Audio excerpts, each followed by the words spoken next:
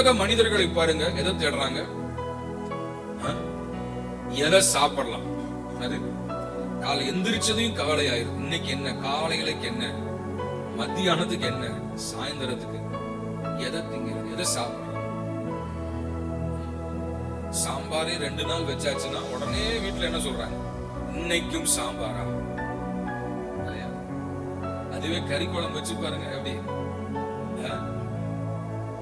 நாளைக்குமா அப்படின்னு சந்தோஷம் இல்லையா?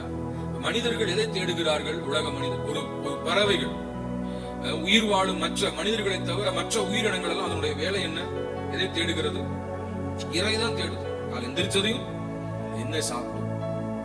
அடுத்தது பறவைகள் எல்லாம் இனவிருத்தி செய்வதற்கு கூடு எங்க கட்டலாம்? வீடு கட்ட தேடுது. அப்புறம் குஞ்சு பறிக்குது. இதுதான் அதனுடைய வேலைகள் இல்லையா? ஆனா மனிதர்களுக்கு அதையும் தாண்டி ஒரு காரியம் இருக்கு. என்னதான்? இறை தேடல். அல்லேலூயா. இறை தேடல் என்னது? இறைவனை தேடுதல். அல்லேலூயா. ஆக இன்றைக்கு உலக பிரகாரமான மனிதர்கள் எதை தேடிக்கொண்டிருக்கிறார்கள்? எதை சாப்பிடுவோம், எதை உடுத்துவோம், எங்க குடியிருப்போம், எதை வாங்குவோம்.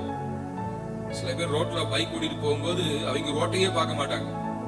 யார் எங்க போறாங்க, என்ன வித்துட்டு இருக்கிறாங்க, என்ன பண்றாங்க, இதத்தான் என்ன செய்வாங்க, அப்படியே பார்த்துட்டு போறது இல்லையா? எதை நாம் தேடிக்கொண்டிருக்கிறோம்? தேவையானது ஒன்றே.